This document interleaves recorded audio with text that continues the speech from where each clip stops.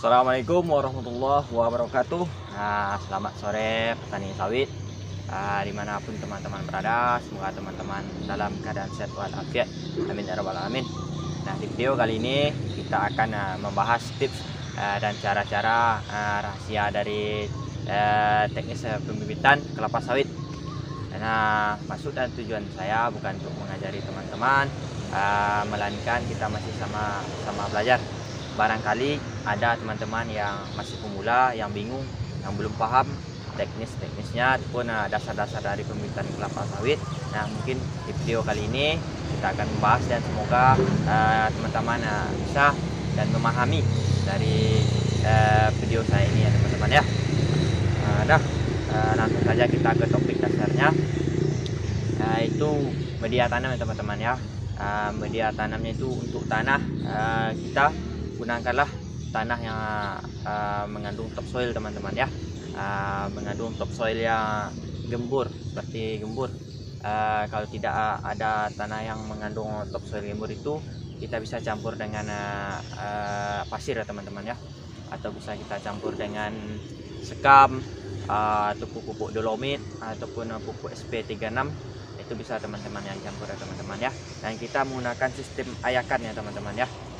Tanah itu sistem ayakan, jangan kita sembarang kita cangkul lalu masuk ke polybag, itu salah besar teman-teman ya. Gunakanlah sistem ayakan untuk memperhalus tanah dan juga untuk membersihkan tanah dari akar-akar yang ada pada tanah tersebut. Itu teman-teman ya. Kemudian untuk areal, kita gunakanlah areal yang jauh dari rawan banjir, yang jauh dari hama ternak hewan, dan jauh dari hama manusia teman-teman ya. Nah, untuk polybag dasarnya itu kita memakai ukuran polybag 22 kali 14 cm teman-teman ya. Nah, ini teman-teman, kita pakai polybag yang kecil ya teman-teman ya. Kenapa kita harus memakai polybag yang kecil, kenapa tidak harus langsung besar? Nah, karena ini untuk lebih memudahkan kita untuk menyemai kecambah nanti teman-teman ya.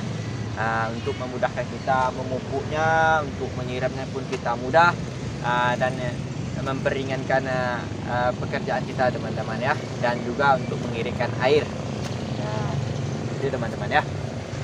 Setelah usia kecambah ataupun bibit kita sudah mencapai 3 bulan, baiknya kita melakukan pemindahan ke polybag yang lebih besar, yaitu ukuran 50 kali 40 cm teman-teman ya. Nah, sebelum kita pindahkan ke polybag besar, baiknya polybag besar itu terlebih dahulu kita siram sampai airnya jenuh teman-teman ya. Nah, seperti itu. Nah, ketika kita sudah memasukkan ke polybag yang besar, ini sudah memakai jarak teman-teman ya. Ini memakai jarak. Kalau yang kecil kan tidak memakai jarak. Nah, ini jarak yang bagus itu ukurannya 90 kali 90 cm teman-teman ya. Dan kita menggunakan sistem mata 5 agar penyinaran cahaya masuk semua ya teman-teman ya.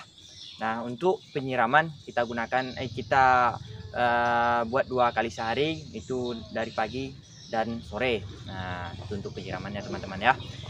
Nah, untuk pupuk, saya pribadi memakai pupuk itu NPK 16. Saya memakai Kistrit, produk dari Jerman, dan juga urea subsidi ya teman-teman ya. Nah, untuk pemupukannya itu menggunakan 2 metode, 2 cara teman-teman ya.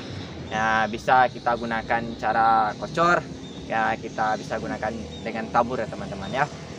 Perbedaannya itu, kalau di kocor ini menggunakan air itu lebih cepat diserap oleh bibit sawit kita teman-teman ya.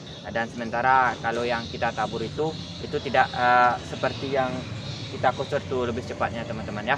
Nah, kalau untuk ditaburkan, usahakan nanti teman-teman menaburkan pupuk itu jauh dari pangkal batang teman-teman ya.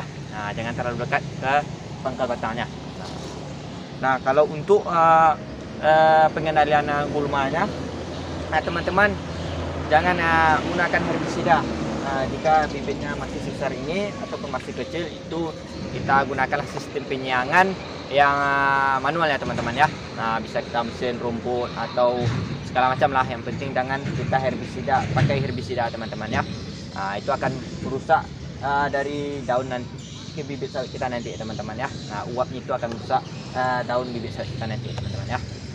Kalau untuk pengendalian hama penyakit, kita itu memakai aplikasikan dengan fungisida teman-teman ya. Ada yang mereknya fungisida itu merek untuk penyakit daun ini, bisa kita pakai Antrakol, bisa pakai Amistrastop, dan juga untuk penyakit hamanya itu pengendalian hamanya itu bisa pakai Decis ataupun Prepaton. Dan jangan lupa kita campurkan juga dengan Prekat agar fungisida tersebut lengket ya teman-teman ya di daun kelapa sawit kita ini teman-teman ya. Nah, dari kapan kita akan aplikasikan fungisida tersebut? Biasanya mengaplikasikan fungisida tersebut dari umur kecambah ini, daunnya itu berjumlah 6 helai teman-teman ya. Jika daun sawit kita itu sudah berjumlah 6 helai, itu sudah bisa kita aplikasikan menggunakan fungisida teman-teman ya. Jika serangannya sudah terlihat, itu aplikasikan secepatnya teman-teman ya. Jangan dibiarkan, nanti bisa rusak, bisa bahaya, nanti bisa patah lah bibit sawit kita teman-teman ya. Nah, itu untuk mendapatkan fungisida tersebut itu ada di toko-toko pertanian terdekat kita teman-teman ya. Bisa teman-teman tanyakan fungisida tersebut. Nah, mungkin seperti itulah teman-teman ya, tips ataupun cara-cara yang saya gunakan selama 3 tahun ini membuat pembibitan sawit. Alhamdulillah 85% berhasil teman-teman ya. Yang 15%-nya gagal.